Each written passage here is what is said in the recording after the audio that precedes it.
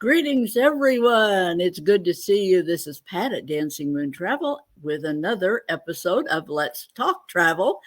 And we're very glad you're out there. Stay tuned all the way through because I'm going to have a nice giveaway at the end of this program. And you'll want to, it's for our live listeners only. So you'll want to be sure to not miss that opportunity.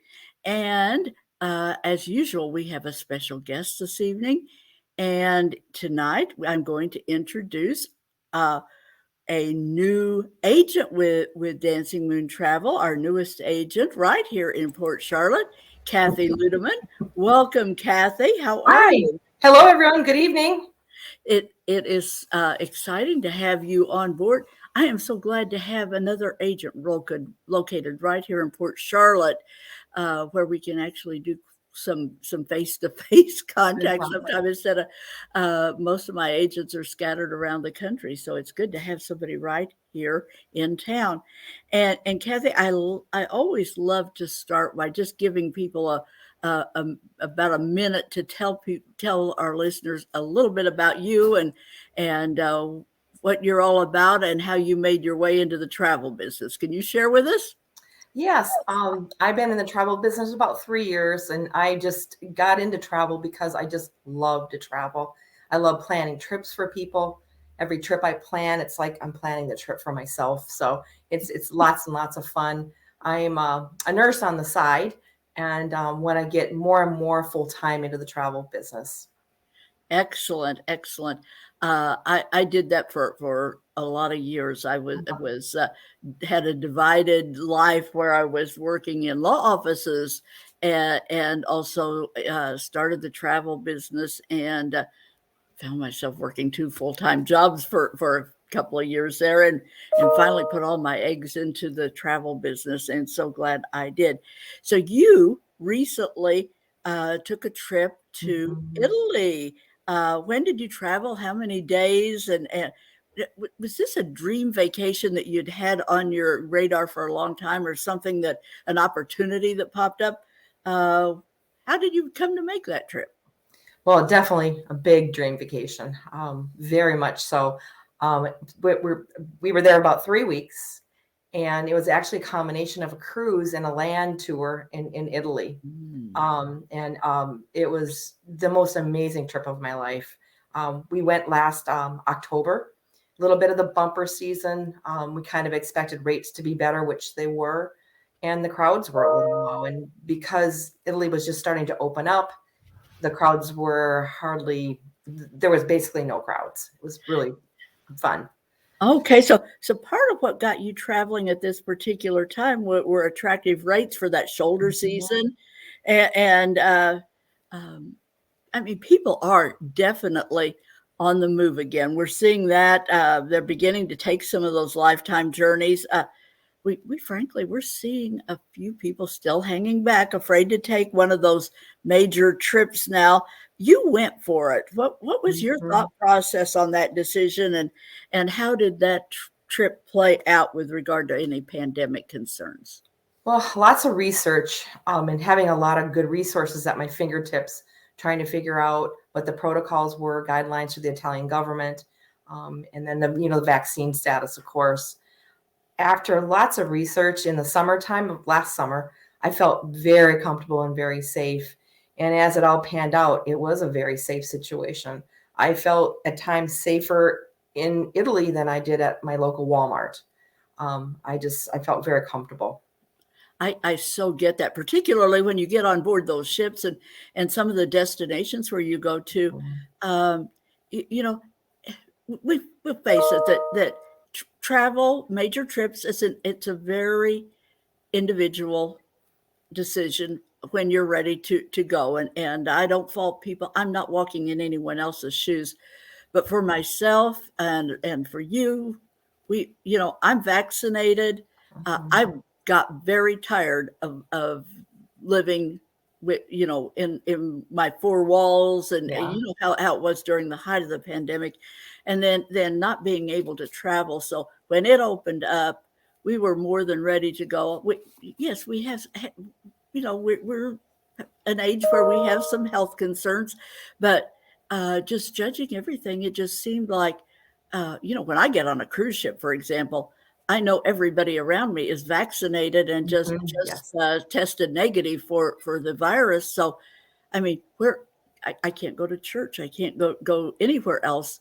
Walmart for sure, and Publix, the places I normally frequent here at home. I can't have any of that uh, uh, assurance when I go just around my local Mhm. community. So I do feel safer many times when I'm traveling.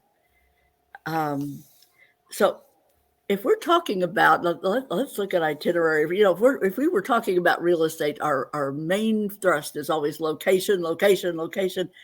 And frequently when we go to talking about travel, it's about the itinerary because that plays such an Mhm. important part and is a big focus of every trip. But Italy offers so many regions. I mean, Italy, it's a big place. When you look at Italy, uh, there's a lot of real estate to explore there. Um, can you share a little bit about the regions that you visited Mhm. and the highlights of those areas? Yeah, I sure can. We flew into Venice and spent about 3 days in Venice. Stayed in this old, oh, beautiful old hotel right on one of the canals and explored, did some tours in Venice. And then we actually flew a quick flight from Venice into Rome, spent about a day in Rome, and then went and caught our cruise ship over in Civitavecchia. Um, and then from there, we cruised over to Croatia, down to Greece, the Greek islands, then around up to Naples, up to Florence, and then back to the Rome port. And then our amazing trip continued. We went into Orvieto, which is a hill city just north of Rome. And, that was probably my favorite thing because it was so spontaneous and so full of discovery. We And spent, oh, go ahead. where exactly? You said it's just north of Rome. How Yeah. far? How did you go take the train up there? We used the train quite a bit. We took the train out of Rome. It's just about an easy hour out of Rome, just north, just super easy. Hop on the train, and you're just right there in Orvieto, and you take a quick cab up to the hill city, and the hill city is just magical. I can't even describe it. And just we stayed in a small, quaint hotel. Our front door opened up into this little tiny corridor, little tiny cafes over, and of course the magnificent cathedral there to tour. Wow. These hillside cities, they are absolutely just such a fabulous place to visit when you're in Rome. The image that I showed is Cinque Terre, which is a very popular area, again, up north of Rome, up on the coast, uh, Yeah. off of Tuscany, really. Sorry, I just dropped our prize for this evening. It's not damaged, folks. It's still good. Where did you go from there, Kathy? After Orvieto, we headed back to Rome, and then we just did it up in Rome. We spent, I think, 3 to 4 days in Rome and just saw everything: the Vatican. We saw the Colosseum. We saw nighttime and daytime tours we took, and just took it all in. There is so much to see in Italy. You just Hmm. uh, and it sounds like you really did a very kind of an unusual tour. A lot of our people will want to go to. Uh, well, there's just no limit, and folks, it really depends on your interests and what appeals to you. Uh, one of the big stops, Rome, of course. Always you want some time in Rome. Tuscany. This it's just Oh, really you can do uh, 4 trips to Rome or to Italy and still not have covered everything. This is a village outside of Florence where I frequently direct our travelers on a day trip where they go and visit some of the wineries and some of the uh, other areas around Rome. Cinque Terre, the one that I showed you earlier, that can be done either as as a trip where you spend a few days in that area, or it can be done as a day trip. Most of our travelers, I think, that I book, if they're doing that, tend to go up to Cinque Terre and do it as a day trip. It's about 11-hour trip from Florence. You've also got the Amalfi Coast down to the south of Italy, where you have, this is the island of Capri, just very romance-oriented people. The Amalfi Coast, it doesn't get any better than that. You have Positano and Amalfi and this beautiful island of Capri. You have the lakes region, totally up north, where you've got more of the mountains. So folks are, I mean, you could easily, how long was your trip, Kathy? We were there about 3 weeks. Okay. So 3 weeks. You really had a chance to do some in-depth exploration. Did you do any day trips and excursions as part of your itinerary? Pretty much every single destination, we did trips. I booked through another supplier, and a supplier I use real frequently because they're very dependable. I've never been disappointed. Had to cancel some trips during COVID, and they were easy to deal with. All the money was returned. So I really stick with the supplier. But we did a combination of real active tours. We did some e-bike tours in Orvieto and in Rome. We did a nighttime e-bike tour in Rome that was just beautiful because we got to see the Vatican at nighttime. And then I'm a big, huge, I love foodie tours. I like the combination of the history that goes with the tours along with information about the foods. And we took a foodie tour in Rome that it was just fabulous. The tour guides, they're very knowledgeable. And this particular woman was an American, but had lived in Rome for 8 years. So she was full of information about customs, but geared towards us Americans.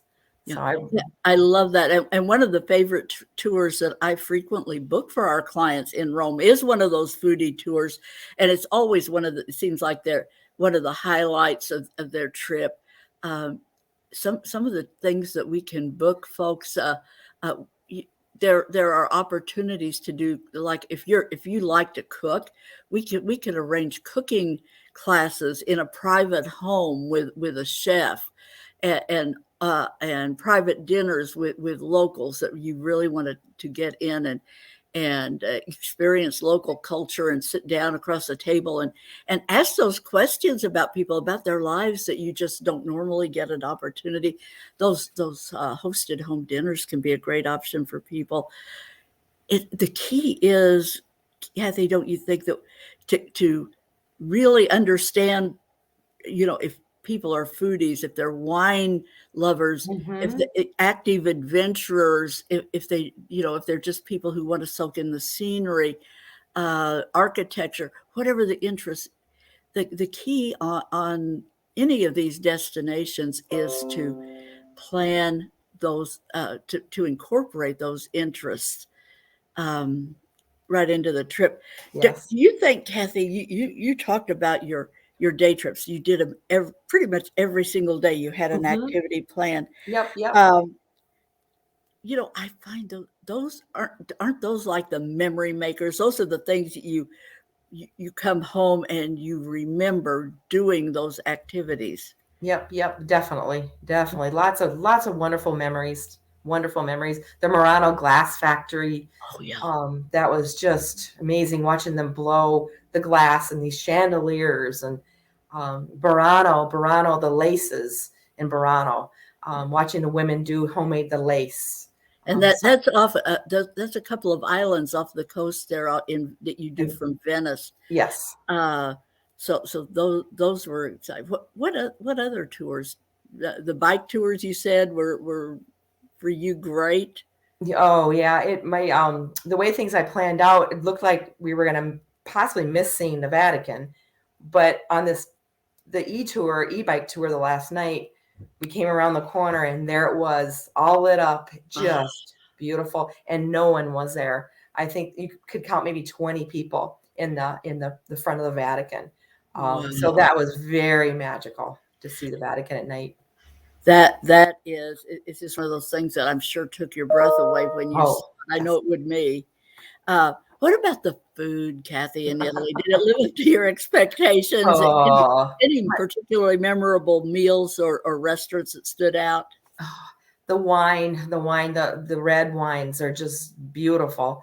The buffalo mozzarella made from the water buffalo down by Pompeii. The story behind the water buffalo and how they're treated is amazing. But the buffalo mozzarella is just, I've never tasted anything like it. The pasta is amazing, just wonderful.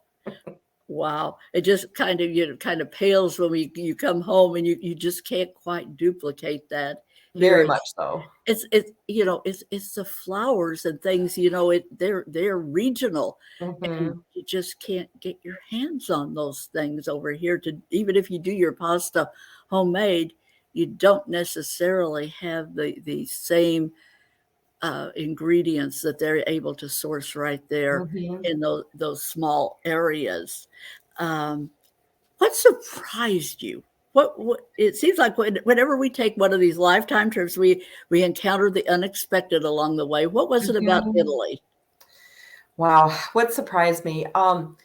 I thought that there were going to be more English speaking Italians, and language was a little bit of a barrier sometimes. Not enough to be bothersome. I mean, we got by fine with lots of hand gestures. Cell phone service in Venice was a little iffy. So I was really happy that I had written documentation, not just everything in my phone, because it probably would have turned into an issue. So I was a little surprised by that. So don't be dependent on your phone, especially in the Venice area. Okay, so I think we just covered kind of. You just took us into my next questions about hiccups and any challenges. So those would come under that category. Yeah. Uh, and thinking Google Translate wouldn't be any help to you on your phone. If you don't have your phone. If you don't have cell service, that would not. You said that the Wi-Fi was iffy, so that Google Yeah, Translate would yeah. not have been very helpful with that language barrier. But you know what? We get a lot of, if we learn to say please and thank you, and Uh-huh. ask for the bathroom, and pointing, can take us a long way when we just, and when we're pleasant, and always thank people and make eye contact, unless it's a culture. Some cultures you don't make eye contact, but most places where you want to greet people when you walk into their shop and make Mhm. eye contact, and that puts them at ease, and kind of they welcome you in. Yeah, yeah. Um, We now, had really very little hiccups. It was really amazing how streamlined things were, and the weather. We did not see in 3 weeks. We did not see a drop of rain. wow, It so that was was a the great weather was time. beautiful, just Great beautiful. time to go then. And Mhm. you were traveling. You had two gals. Just one friend. She Okay. had recently lost her husband, and this was a dream trip for them. So she joined me on this trip. So it was really special. Okay, way cool. So it's two women traveling Mhm. together. You felt safe and Oh, secure. yes. I Okay. never even second guessed safety. That wasn't even, it was very, very safe. Yeah. The one thing about Italy, it is very safe. Gals, you do want to hang on to your handbags, because there are some areas of Italy where the pickpockets are legendary. Uh, Mhm. so don't, like we're accustomed to doing, hang your purse over the back of a chair in a Rome cafe, because if you turn around, it may be Yeah, gone. well, that's not smart. Yeah, but that's, I mean, that's very minor stuff. It's aggravating if it happens, but as far as personal safety, and people being aggressive, or assaulting you, not an issue in Mm-mm, in no, no. in Italy at all. Um, Now, what about your shipboard experience? What cruise line? Tell us a little more Yeah. about that experience. We sailed Norwegian on the Getaway. We decided to bid up on our cruise, and we actually ended up staying in the Haven on the Getaway, which was just a luxurious experience. You are spoiled, Oh, girlfriend. I know that yeah, for a fact. I felt like the queen. It was a wonderful experience. Our cabin, the food, the service, it just was beyond what I even expected. And our destinations were just beautiful. The ship was so safe, so clean. Actually, we were the very first group out of Italy for Norwegian for the first week out. Wow. So I was very impressed at how things were run when it came to testing and masking and that kind of thing. And masking was really minimal, but in like the elevator, we masked, in the hallways for a bit. But once you sat down, they didn't require masks. Yeah. The cruise lines have pretty much, some of this is going to be dependent on the destination requirements, but here in the US, masking requirements have been relaxed. It's optional, and most people opt not to. I can tell you from personal experience on 5 cruises. But so the masking requirements are pretty much gone, at least sailing here in US ports. Uh, and So the shipboard experience was great. You obviously had an amazing itinerary on Yeah, that. amazing. Yeah. And I think it's just real. Last month they released all the guidelines where you had to take a ship specific tour. They've lifted that, and now you can do anything you want once you go into the ports. Yeah. So we were a little bit limited, but now that's all done with. Yeah, a few months ago, things were much more structured than people are finding them now. Gradually, we are seeing a little bit, steps by step, returning to not quite to pre-pandemic levels, but we're getting there. This recovery really finally feels like we have traction and can there may be some hiccups along the way, but for the most part, I think we're finally we're getting there, folks, and it's great. One thing I would tell people, if you are planning to travel, Kathy, do you agree? I think fares and rates are going to do nothing but go up, particularly as we're seeing the fuel costs and everything right now. So, folks, if you are planning to travel for 2023 anytime or the remainder of 2022, whether you're booking through us or someone else or however you're planning your trip, I would advise you do not put off what you can book today, because I don't see, with just a very minor occasional exception, I think that we're going to just see a continuing the fares going nowhere but up, as far in the as I can see in the future. That is my prediction, and pretty much everybody I talk to in the industry, that's what they are selling. So, Kathy, I think that you have whetted a few travel appetites. Maybe I want to go back. You want to go back? Yeah. I want to go back. Maybe you could lead a group if somebody's Oh, got I'd a love group that. out there. If somebody's got a group of people, a family group, friends, a group of photographers, whatever, Kathy would be your gal. If anybody is contemplating a trip to Italy, Kathy, you could not do better than getting Kathy. Obviously, she's perfectly suited. She's just had feet on the ground there, both by land and by sea. She can help you customize the perfect trip to Italy. Tell people, how can they get a hold of you? Well, there's 2 ways you can get a hold of me. Email, first of all, it's Kathy, that's Kathy, at dancingmoontravels.com. Dancing Moon Travel, no S, Dancing Moon Travel. Sorry.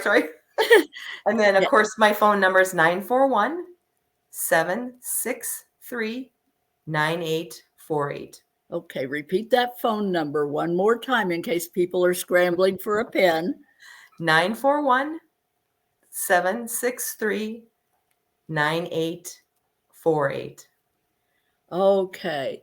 And folks, for tonight, I am going to offer, you're going to have your passports for any trip to Italy. So Mhm. I have your Oh, choice here. Let me get this here of a passport cover and luggage tag. We have one in blue. We have one in pink with the flamingos. That's really good. You're going to know your luggage when you see it with that pink luggage tag on it. So if you are listening live this evening, only live listeners, I just want you to enter the word Italy in the comments section, and you will be entered in our live drawing for your choice of the pink or the blue passport holder and luggage tag. Kathy, thank you so much for joining us this evening. I'm so glad to be able to share your expertise with our listeners, and you now have yet another option to book through Dancing Moon Travel with Kathy Ludeman as your agent. And we're so glad to have you as part of Dancing Moon Travel, and appreciate having you on board for Let's Talk Travel this evening. thanks a lot, Pat. It was Okay. great talking about my trip. Okay. Well, thanks, everybody. Thanks for joining us. Stay tuned again for next week. Bye now.